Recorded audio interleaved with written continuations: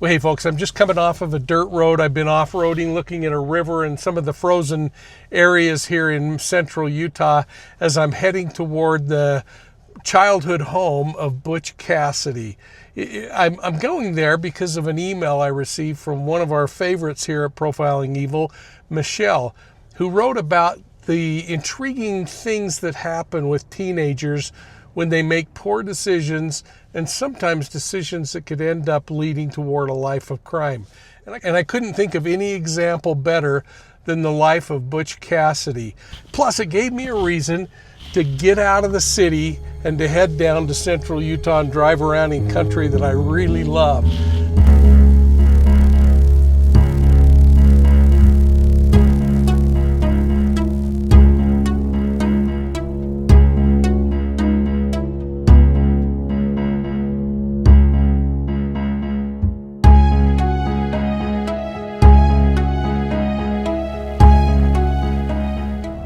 Well, hey everybody, I'm off that dirt road and I'm on Highway 89 heading south through central Utah. I'm traveling toward a place called Circleville, Utah, the childhood home of Robert LeRoy Parker, who later became known as Butch Cassidy. Now, this isn't going to be some kind of fairy tale story, and it's certainly not a Robin Hood story. This is going to be more of a clear-eyed view at how a normal kid from what appeared to be a really hard-working, Christian-based family developed into a criminal, gained this criminal identity, and became the leader of the Wild Bunch.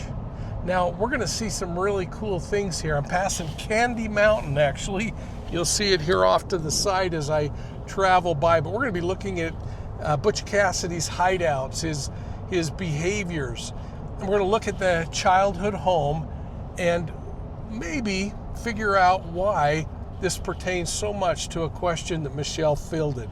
Now, I'm on the move today and I'm heading again southbound on Highway 89 through Paiute County, named after the Paiute Indian tribe. This area was an area filled with contention in the 1800s. I'm heading toward the childhood home of Robert LeRoy Parker, who grew up before the world knew him as Butch Cassidy. Now, hopefully you're catching some of the glimpses of the area as I'm driving the countryside here.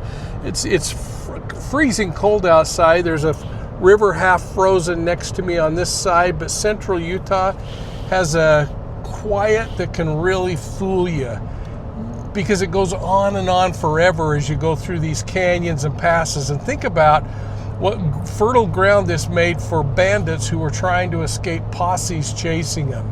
So whether it's the 1890s or today, these locations seem to really work well at hiding people. Now, in laying some of the groundwork toward this drive that I'm making toward Butch Cassidy's childhood home, I spent some time researching and looking up about his childhood. I learned some really interesting things. In fact, I'm going to throw the drone up when we get to his childhood home and just give you a sense of the area. Maybe I'll stop a few places as I'm driving along just to give you a sense of it. This is ranching country and cattle country, and that's really important because that's something that this criminal Robin Hood made as an early trademark, rustling. Anyway, this guy, Butch Cassidy, wasn't a Robin Hood. He was a criminal who stole from hardworking people and hardworking businesses. Mostly he preferred to steal from bigger ranchers, the railroad, and banks. Not only was he a regular criminal, he was a mob leader of sorts. He recruited other people to help him. He hung out with men who killed law enforcement officers on several occasions. And I think that's the real truth I want to get across, is while there's a little bit of romance built around his name, this guy was a criminal. May have had a great smile, may have been a blast to talk to in the saloons, but he was a criminal. Now, I think it's interesting because people, though, seem to really like him. And it's interesting to me that they liked him, and I don't know whether it's that they tolerated him out of fear or that they really liked him. Many reports say he was incredibly likable and that people would do anything to help him out. In return, he oftentimes treated them well and sometimes paid them lavishly to have a horse hidden at just the right spot so that he had a fresh horse to outrun the posse that was chasing him. He was admired by some people, and he was really a strategic kind of criminal, one who really thought ahead. It's interesting because people don't always cooperate with criminals because they admire them, though. Sometimes they do it because the conflict would be too expensive. You know, out here 100 years ago, conflict could cost you your livestock or your livelihood. It could even cost you your life. So as I drive along, I can't help but think pretty deeply about how the movie Butch Cassidy and the Sundance Kid really impacted me, with Paul Newman and Robert Redford. Now, Redford became a Utah icon, building and starting because of that movie, the Sundance area and the Sundance Film Festival. He died last year, but wow, what an impact he had on Utah. And you know, a lot of folks like me that grew up in this state used to stop at the different filming locations that were part of kind of the cultural heritage. Places like Grafton, part of that, that kind of doubled as Bolivia in Butch Cassidy and the Sundance Kid. It has some great scenery, and they did a lot of filming work around this area because real life around here was much quieter, a lot less charming, and really tough. And I want to pause on this drive just long enough to mention that I did a lot of research on Butch Cassidy and Sundance and this area using my go-to partner, newspapers.com. It is really a great example of why I use newspapers.com, because they really were able to help me find articles back from the 1890s, the early 1900s, right up to 1908 when Butch Cassidy supposedly died. Now, there are articles that suggest that he was seeing people long after that in Idaho and Utah, and many people say he didn't die in Bolivia like the records say. So I hope you'll just give newspapers.com a try. Their archives are a machine with more than 1 billion pages of newspapers. And I've got a 20% discount if you'd like to get newspapers.com. You can check it out down below. Robert LeRoy Parker was born in April of 1866 in Beaver, Utah. That's just over the mountain to the right of where I'm driving right now. And that would be west from this location. At about age 13 or 14, Parker's family moved across the mountain into Circleville, and there they started to homestead an area. Now, he was the oldest of 13 kids in that family, and they were a hardworking immigrant family that had some really strong religious roots. They were members of the Latter-day Saint faith, and I think that's really important because anything in his family life that I can find suggests that he was raised the right way. He was given a moral education. He had this Christian upbringing. He had a mother who was devout and somebody that he just tried his hardest not to hurt her. You know, it's interesting. In fact, as I studied his life here in Circleville, I found a really smart guy who has some really interesting videos about Butch Cassidy's early life. So I thought, rather than me trying to regurgitate and help you understand what he learned through his investigations, that we would just hear from him personally. So after I get home tonight, I'm going to call him and we're going to actually talk through the early life of Robert Parker. And that way, we're going to see that Parker wasn't a criminal from the get-go. He wasn't born bad. He just became bad. The territorial courthouse. In fact, this is so cool. I think maybe what I'll do is pause and fly the drone around this for a moment. Well, hey folks, I'm flying the drone over the Piute County Courthouse. This thing was built in 1903, right here in Junction, along Highway 89. And this strikingly cool Victorian-era structure was built with red bricks that were actually formed on site. This thing has been around since Butch Cassidy was here, and that's why I wanted to stop and point it out. Now, in reality, Cassidy was living in South America when this thing finally opened in 1903. But it's a really good example of the kind of courthouses that were dealing with the frontier and frontier justice. The original justice bench is still inside this building, so it's really cool. And you know what? We're only a few miles from the childhood home of Butch Cassidy, so let's make our way over there.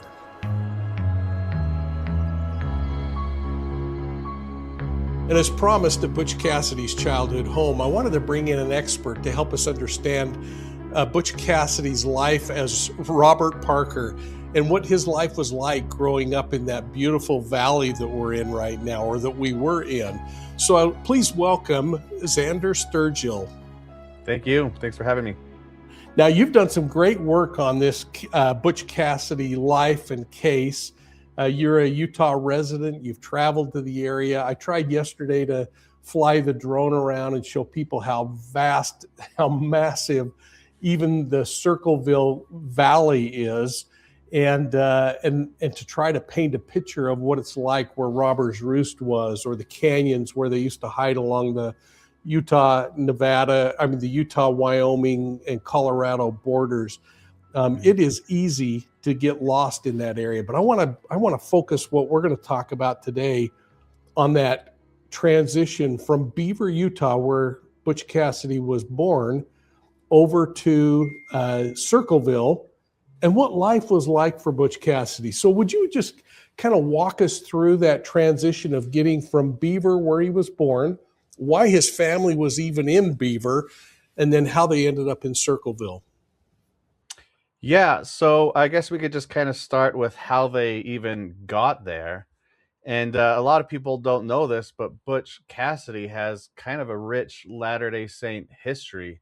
His parents were both converts to the church while they were kids in England, and the parents converted, and they sailed over to the United States, and then they crossed the plains. But they go to Beaver. One of the reasons is because Brigham Young is sending settlements, trying to create settlements all throughout the South, and he's focusing on people with skills and experience. And Butch's grandpa and dad, they have experience working in the mills, and so they get kind of called on a mission to Beaver to settle the area and get the settlement going. And this is the mid 1800s, 1866 or so is when Butch Cassidy's born. Yeah, I can't remember exactly. I think it might have been 1863 or something, but somewhere around there. He spends his teenage years down there.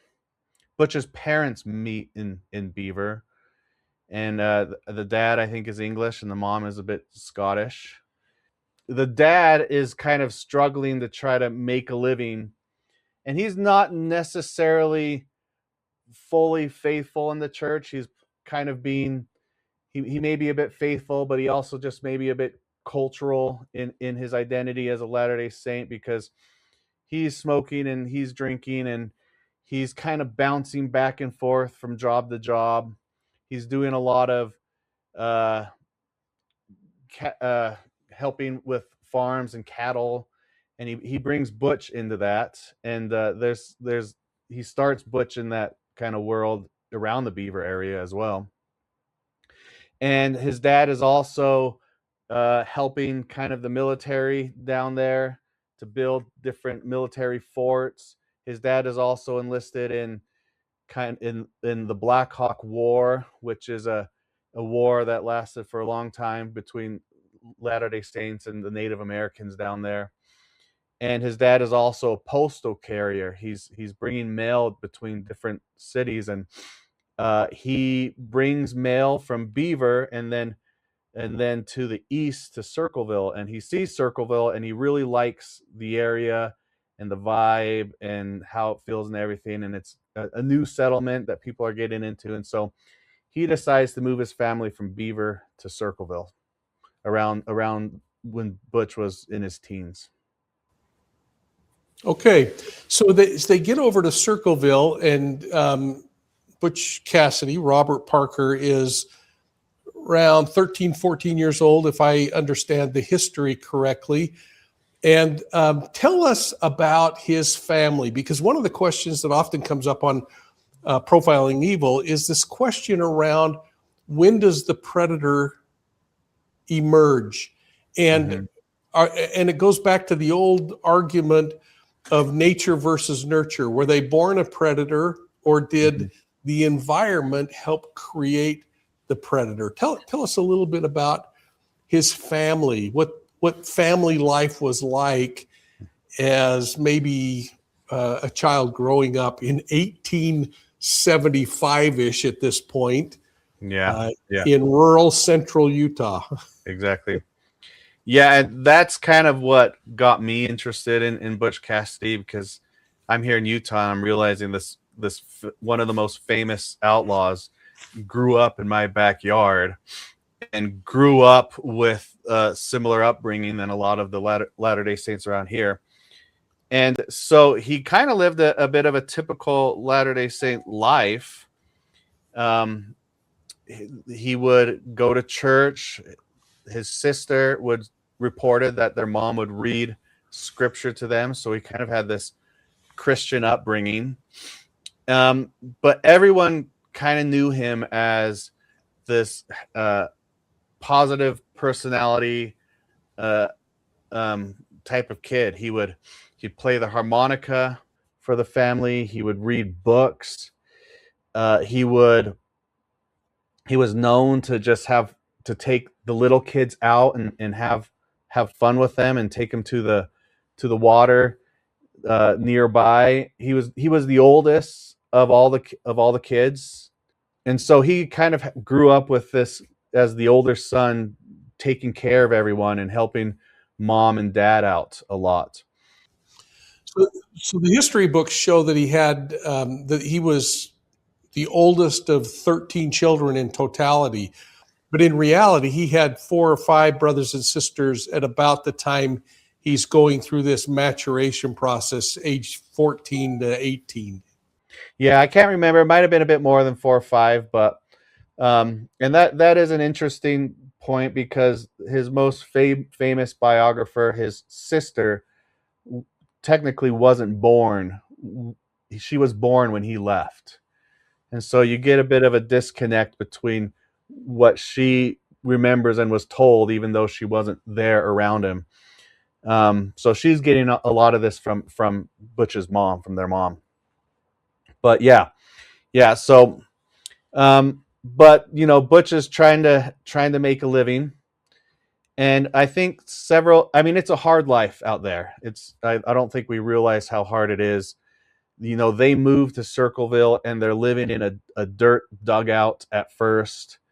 And, they're trying to build their farm and their cattle, and a winter storm wipes them out at one point.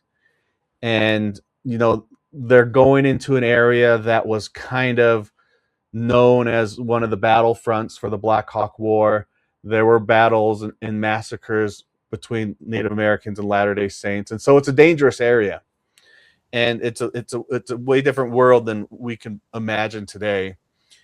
And then we start seeing some of the first signs of Butch kind of going from a fun-loving Latter-day Saint life to a criminal activity. In his teens, he's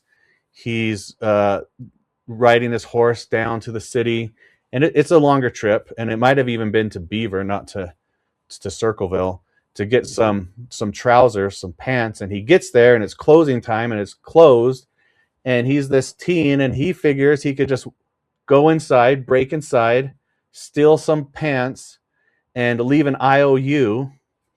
And in his mind, this is perfectly fine. But in the store owner's mind and in the sheriff's mind, it's against the law, and they go after him and they let him go, but kind of with a warning.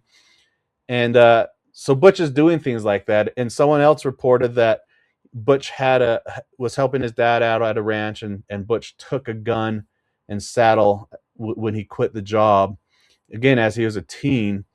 It's hard with all of these sources because we don't always have direct sources, but you start seeing kind of these patterns, and you kind of wonder, is he did he just have like ADHD or something, and just something in his mind didn't click about what was appropriate or not. But I think some of that might have been normal, but I think things changed once he went on to a specific ranch.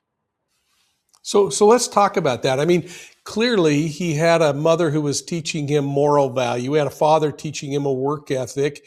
He learned as an older brother to take care of a family and siblings. So he had a moral foundation. May have had a little bit of a misspent youth. And I'll tell you what, if I rode a horse for 2 days to Beaver in order to get a pair of pants and the store was closed, I guess I'm really glad that they cut him some slack then. Yeah. But what we find when we look at criminal emergence today is it's usually those early breaks that give somebody a sense in their mind, hey, I can get away with it. I'm pretty charismatic. People like me. I can Yeah. do this and not be responsible. And I guess that's what integrity is, isn't it? Is the what you do when nobody's watching versus what you do when someone's watching. Exactly. Yeah. Yeah. So Circleville is kind of a bit culture than the rest of the territory in Utah. It starts attracting a lot of miners and non Latter-day Saints, and before you know it, there's some bars and saloons and other things built in Circleville. And so Butch Cassidy starts seeing this other way of life, and the family is going through an especially hard time. And the mom moves her and some of the kids about 20 minutes south. They keep their home in Circleville, but they stay at a ranch called Marshall's Ranch, just 20 minutes south, and help this rancher named Marshall. And later, sheriffs would report that this Marshall was known as one of the worst people in the area, kind of a criminal, and he was getting into cattle rustling. And I think one of the biggest things for me while learning all this is I never realized how big the cattle industry was in the West, and you don't really see it today, but back then there'd be herds all over the area just grazing and tearing up the land, and they'd need help to take care of these all this cattle. And Butch Cassidy's became good at because of his dad, with his experience with his dad with herding cattle and stuff, and so he got involved with that, and before you know it, he's involved with some pretty bad people influencing this young 16 or 17-year-old kid.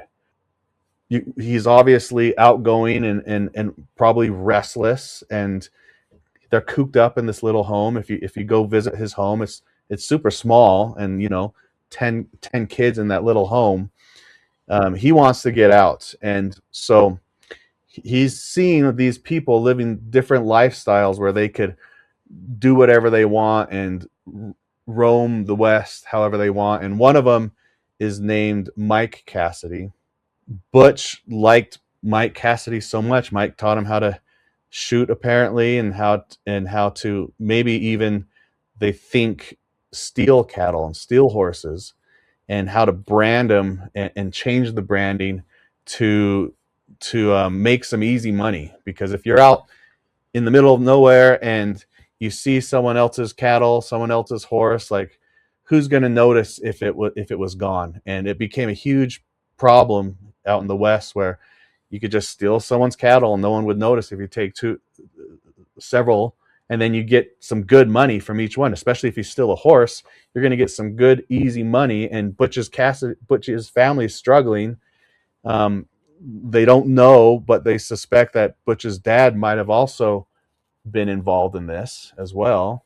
I found that really interesting, and I want to just, from a behavioral perspective, ask you a couple of thoughts that you might have. Number one, during this time when he is, I don't know, being trained and tutored by this group of rough cowboys who are probably lawbreakers, but they're also telling him stories of life on the range and how great it is to go anywhere you want and have the money you need. All you got to do is steal a horse here or there or pick up a cow and rebrand it. And I thought this was interesting. His brand actually was a pretty large brand and pretty interestingly shaped that you could probably put it right over the top of another man's brand and quickly disguise it. What were your thoughts when you looked at his brand? Yeah, I do recall looking at that, and I do recall looking at how, if someone had like a U as their brand, and then all you had to do is add an extra brand on top and maybe a line, and then all of a sudden it's your brand. So they came up with these creative ways to just rebrand animals and take them as their own. Yeah, it's interesting. It's like watching the forgers today as they try to perfect their trade. The other thing that I thought was interesting that I wanted your thoughts on is that there's no question in my mind that his mother would have taught him morals when I hear what kind of a mom she was and how she taught them from the canon of scripture they followed as Latter-day Saints or the Bible. But when he decides to take Cassidy's name, I've often wondered if he did that in part to protect his family name of Parker. What's your thought there? Yeah. His sister reported that, and another good biographer is he wrote the book Butch Cassidy, My Uncle, and he's still alive, Bill Bettison, and he'd be great to interview. He's done a lot of books about this, and he's kind of easy to get a hold of on Facebook. But he said that as well, and Robert took many different names. So Butch Cassidy is kind of the one that stuck, but in between he took a lot of different names, and so it's kind of hard to spot him down. And they think it's because that he wanted to protect his family. Like he still loved them, and in a way he still had some moral compasses in him, to a degree. And it's actually kind of neat that he was able to stick to some of it rather than go all out like some of his friends who did way worse things. They were serial killers basically, but something stopped Butch from going that far. So he took Cassidy, and they don't know exactly where he got Butch from, but they think it might have been when he worked as a butcher, and so that's where Butch Cassidy came from. Yeah, that's what I've kind of surmised too, is that period of time when he was working up in Rock Springs, Wyoming as a butcher. He didn't necessarily like being called butcher, which apparently by some accounts is what people would call him. So he shortened that down, which is really interesting. Another thing that's kind of interesting, and part of what led me to want to drive to Butch Cassidy's home the other day as I drove to my home here in St. George, was that I wanted to kind of go into the area where he would have left from, visited, lived in. But for this particular reason I thought was kind of interesting is I received an email from one of the viewers that listened to Profiling Evil, who is a lawyer, actually the daughter of a Texas Ranger. And if you ever get a chance, go watch the video I did with her where she talks about a serial killer reading bedtime stories to her, because her father actually brought a serial killer to the house one night as he was taking him out to have him show where he buried some bodies. And it was after hours and they weren't going to feed him. So he brought this killer to his home to eat dinner. And the killer asked if he could read her a bedtime story. And anyway, it's a great episode. Yeah. Wow. But she sent me an email about a young man who ran away from home. And it's kind of this period in time in a young man's life when they're reaching out. I mean, I think every one of us probably thought of running away at some point in our lives, but kind of spreading his wings, but the dangers that are involved in that, because as he did that, he then on this night you talk about goes to his mother and says, I'm leaving town tomorrow and I'll never see you again. And she never sees him again. Mm-hmm. But he makes this sudden life-changing decision and never reverts back, never looks back. Now, I've always questioned whether he came back home and visited his mom at some point when he was on the run or anything like that. But what were your thoughts around him making that cataclysmic decision? Was it because he was involved in crime and had to get out of Dodge, or was it that he just was ready to go spread his wings? Yeah. There are several different accounts of a criminal activity causing him to leave. He might have been caught in the act of stealing some horses, and so he was trying to run away from the authorities at that time. Another account says that he sold some stolen horses to someone, and they found out. Another account says that he took the blame from some of his friends who stole the horses, and he, being a good person, took the blame. Another account says, and this is pretty interesting, is that if he's cattle wrestling, you take the cattle from one location to another, and so he might have been en route to take a bunch of herd from around Circleville area over to Wyoming or Robbers Roost area. Robbers Roost was a popular destination for cattle rustlers as well. It's not just some canyon land hideout place, but back then there were plants and stuff that they could feed their cattle. So several different accounts.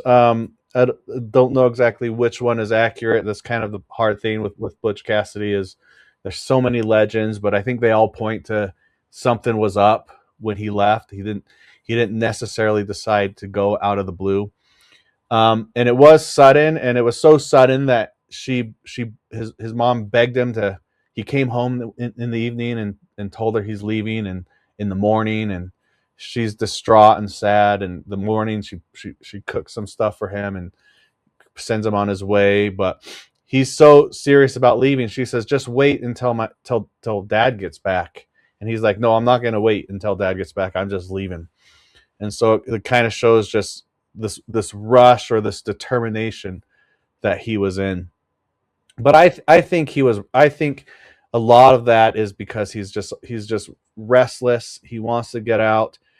I can't thank you enough for taking some time. Tell me, one of the things I've found as I've looked at history, is especially when I've investigated it and investigated the personality of an individual in history, is that I really look forward after this life to bumping into them and finding out how close I was, how much I had wrong, and getting to meet them. Tell me what your thoughts are about the relationship you've formed with Butch Cassidy.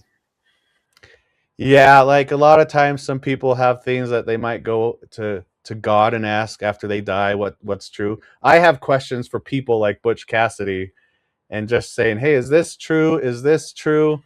Um, why? One of the big things is, like, Butch Cassidy's known to have not killed anyone in the United States. He might have killed someone in Bolivia. Um, Not 100% sure how accurate that is.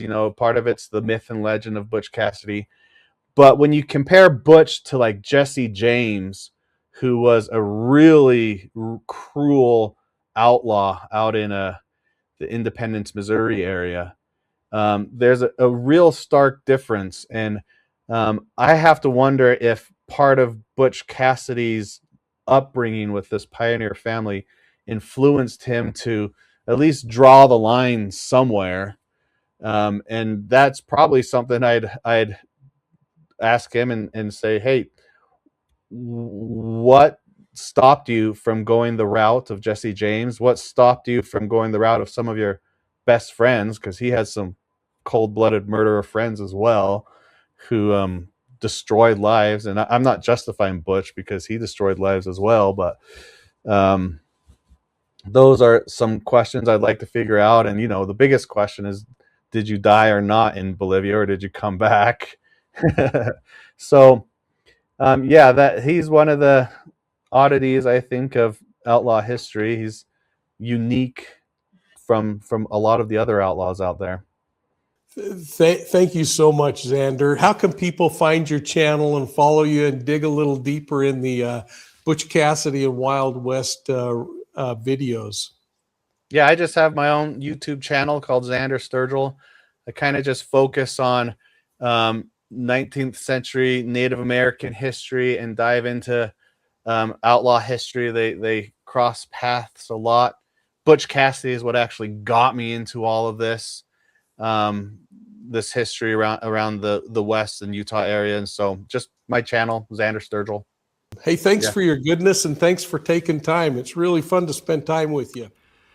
Now, from a profiling perspective, I thought this was pretty interesting because Parker didn't just wake up one morning and think to himself, hey, I'm going to become an outlaw.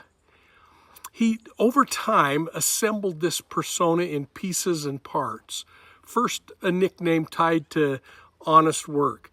Then a surname tied to a criminal that he really looked up to, a mentor.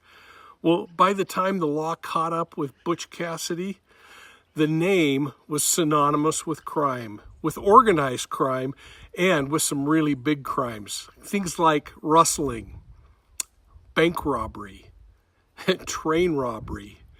And instead of just kind of fixing it, he leaned into it. That name, Butch Cassidy, became a brand for him.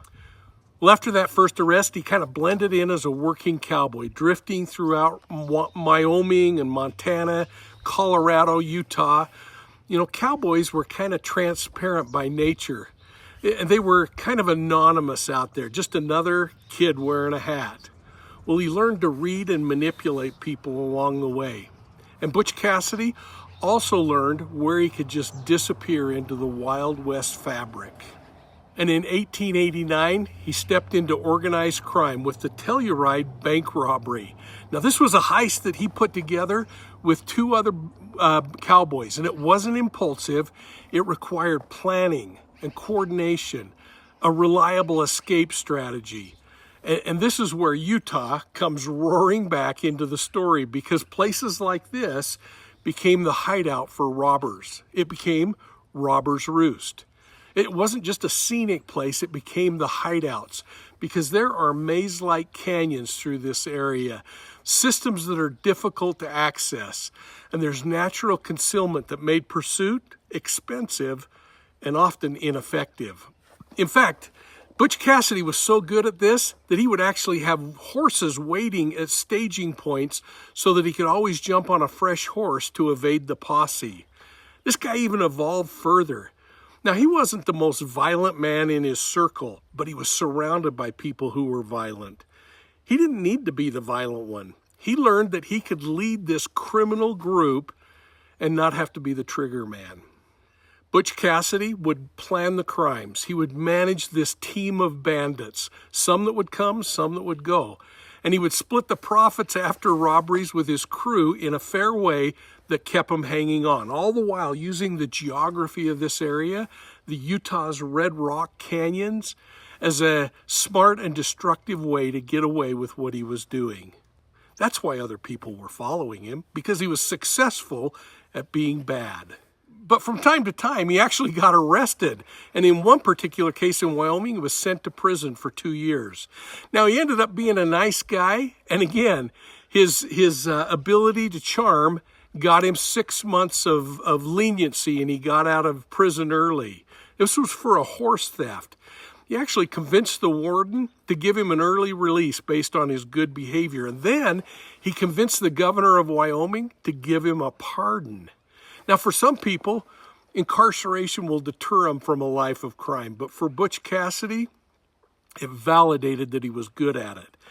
And I think that prison experience also made him more determined to get bigger and badder at what he was doing. And that's when he created the Wild Bunch, this network of criminals, much like we see today in organized crime syndicates. In fact, at one point, he wanted to call his group of bandits a syndicate.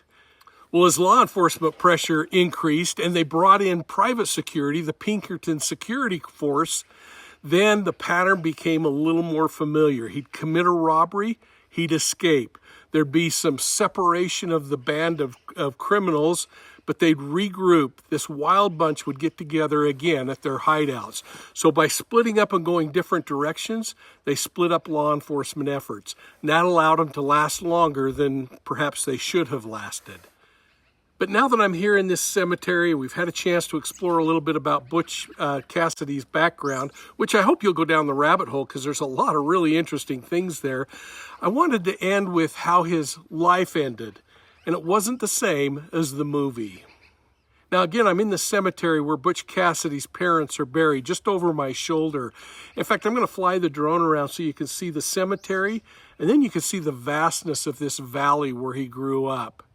You know, I wanted to comment, though, on an important transition point in Butch Cassidy's story.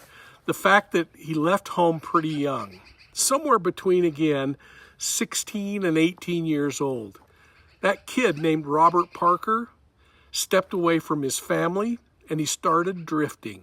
And after getting in contact with some unsavory people in the late 1800s, he started to become a criminal.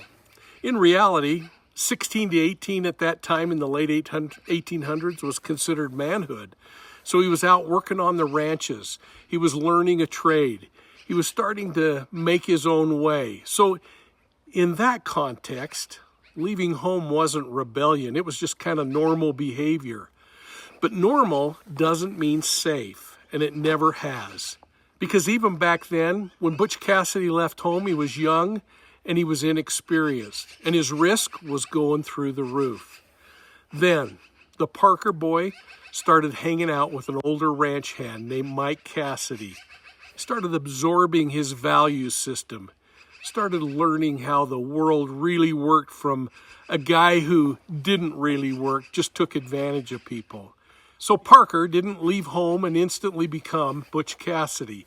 He left home and entered this environment where older influences shaped what he became, shaped his thinking, changed his risk tolerance, and eventually helped him change his identity. And once he opened that door, his fate might have depended on who was standing on the other side. And the guy on the other side, Mike Cassidy, was a criminal. And that criminal really influenced Butch Cassidy. And that brings me to the message that I received for Feedback Friday from one of our viewers who you all know, Michelle. But the reason I was so touched by Michelle's email was because the question she asked is really about kind of the same moment in time that Butch Cassidy made transitions in his life. This young person is in a point of independence in their life, and that independence can really quickly outpace their judgment. And without an adult around, they may not see the risks that are coming. But Michelle sent me a question with some commentary about a runaway juvenile, citing a story out of North Carolina, and the fact that then a 14-year-old runaway boy had disappeared from home. She commented on how the article, the parents, the police often miss questioning the missing teen's siblings or their friends when trying to figure out where they've taken off to. She pointed out that, at least in her own experience, when her children were growing up, if she couldn't get an answer straight from her children, she often went to their siblings or her children's friends to find out things that she didn't know and she needed answers to. And then Michelle asked about some behavioral patterns that parents could watch for that might signal trouble with their teen. That question really caught my attention. And the reason it caught my attention was Michelle was talking about the nonverbal cues, the things that are not being said verbally. And that's what is usually the most important thing, in my opinion. You know, in most runaway cases where the teen's staying close to home, their actions are often less about disappearing forever, and they're more about just kind of getting some control in their life or maybe testing boundaries. But this is where parents should watch for shifts in language and behavior in their children. When they hear phrases like, "nobody listens to me," or "it just doesn't matter," or "you wouldn't understand anyway," these simple cues can signal trouble. And when the level of secrecy is out of character, then the rules are going to change, in my opinion. We have to do more. You know, when there are things like sudden password changes, or our teens are deleting messages, or they're giving vague explanations, or they're resisting the response to basic questions, all of this can indicate that there's some internal issues going on. Heck, I don't have any real answers here. I mean, like most of you, we just did the very best we could with our children, but we stayed connected as much as possible, even when our kids didn't want to be connected. Now, parenting isn't about surveillance or control, but it is about curiosity, about pattern recognition, and about asking open-ended questions that might give us some answers, reading the verbal and nonverbal cues. Sometimes it's as simple as saying, hey, I might be wrong here, but I'm noticing some changes, or you're responding a little aggressively. What's going on? Help me understand what's going on in your life. Those kinds of things are a little more open-ended. So, Michelle, I don't have any answers other than to thank you for your insight, for your friendship, and for your continued support, and for sending that article, because it really did remind me that I needed to get out to Butch Cassidy's place here. And that's what brought me to this cemetery where Butch Cassidy's parents are buried, because I wanted to mention how his criminal life actually came to a conclusion. It's a little bit fitting to be here in a cemetery, actually. The end of his life wasn't cinematic, and it definitely wasn't the movie that we all watched with Butch Cassidy and the Sundance Kid. You know, after he formed the Wild Bunch, Cassidy moved into a full-blown organized crime syndicate. He was involved in interstate crime. He was involved in train robberies, cattle thefts, bank robberies. Stealing horses wasn't enough. By the late 1890s, Cassidy was planning some of the biggest large-scale bank and train robberies in our country's history. But the net was tightening around Butch Cassidy, and he made a decision that many fugitives eventually make when they believe that the geography is closing in on them. He decided he was going to leave the country and start to commit crimes in South America. So sometime around 1901, Butch Cassidy and Sundance's girlfriend fled to South America. Now, they first settled in Argentina, where they tried briefly to live straight. They actually ran a little cattle ranch. They bought some land. They raised cattle. They bought land, by the way, with money they stole from the railroad. And they attempted to pass themselves off as respectable ranchers. But the stir inside of them continued, and they decided they had to go out and start robbing banks again. And so Butch Cassidy and the Sundance Kid moved throughout Argentina, Chile, and eventually Bolivia, committing payroll and bank robberies, very similar to what they were doing here in the United States. And this is where the real story deviates from the movie that we all saw, because there was no sunset ride, there was no clever escape, there wasn't any charming their way out of things. In November of 1908, Cassidy and the Sundance Kid robbed a payroll in southern Bolivia. They were tracked to the town of San Vicente, and there they checked into a motel. Now, the motel owner happened to also be the local marshal, and when they checked in, he recognized one of the mules that Sundance and Butch had with them. It was actually a mule that belonged to a friend of his who was robbed of all his possessions just a few days earlier. With that information in mind, he rode out in the night secretly and contacted a group of soldiers who were camped just outside of town, telling them that these two banditos were in town. When ordered to come out, Sundance and Butch decided to exit the house in a blaze of gunfire. Well, this massive gun battle erupted, and when it was over, two bodies lay in the ground, the outlaws who had taken refuge in that house. Now, historic evidence suggests that Butch Cassidy and the Sundance Kid were killed there in Bolivia. But stories started floating that they weren't really killed in that gun battle, that they actually escaped. And Butch Cassidy was reported seen even up into the 1930s. And according to the recorded history, there was no last laugh. There was no return to the United States or a peaceful retirement for Butch Cassidy or Sundance. Just another name that ended in violence, far from home, in a place where they'd finally run out of space to hide. You know, standing here in this cemetery in Circleville, Utah, reminds me that the story of Butch Cassidy isn't a folk tale or a story about a Robin Hood. It is a criminal trajectory that followed a familiar arc: early success, growing confidence, expanding criminal networks, then pressure and flight and a collapse. You know, the movie gave us the charm and the friendship and the humor of Butch and Sundance, but real life gave us long prison sentences for his associates, violent deaths, and an ending in a foreign country with no community around him, nobody left to protect him, and nobody that loved him in the same geographic area. So when I say Butch Cassidy's story didn't end the way the movie suggests, that's really what I mean. It didn't end with a freeze frame of two cowboys smiling and shooting it out.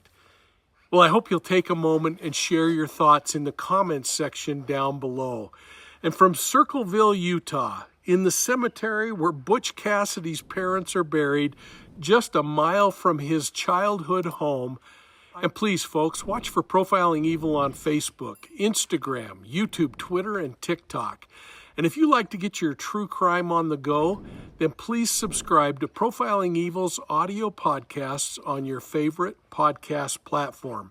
And watch for my new podcast, Gardens of Evil, that dropped February 3rd. It is a 7-part series that you won't want to miss. Gardens of Evil, part of the American Nightmares Season 5. And go over to profilingevil.com and check out our story maps. Dig deeper into some of the cases there and sign up for our digital newsletter, The Bolo. And while you're there, I hope you'll consider picking up one of my books. You know, my latest release is Wolves in Sheep's Clothing, and it talks a lot about the behaviors of predators, how they select their victims, how they get away with their crime, and how they are taking seemingly intelligent people and turning them into criminals. You can get signed copies if you live in the United States, and I'll ship them to you for free. You can get them at profilingevil.com or anywhere else in the world. Just go to Amazon or Ingram Spark. In fact, I even saw them at Barnes & Noble the other day. And don't forget Feedback Friday. You can send your questions to me at profilingevil@gmail.com. And I want to thank Michelle again for sending that in. Hey, send a video, and I'll play it in the next episode we put out. I'm Mike King, and this is Profiling Evil. We'll see you soon at the next crime scene.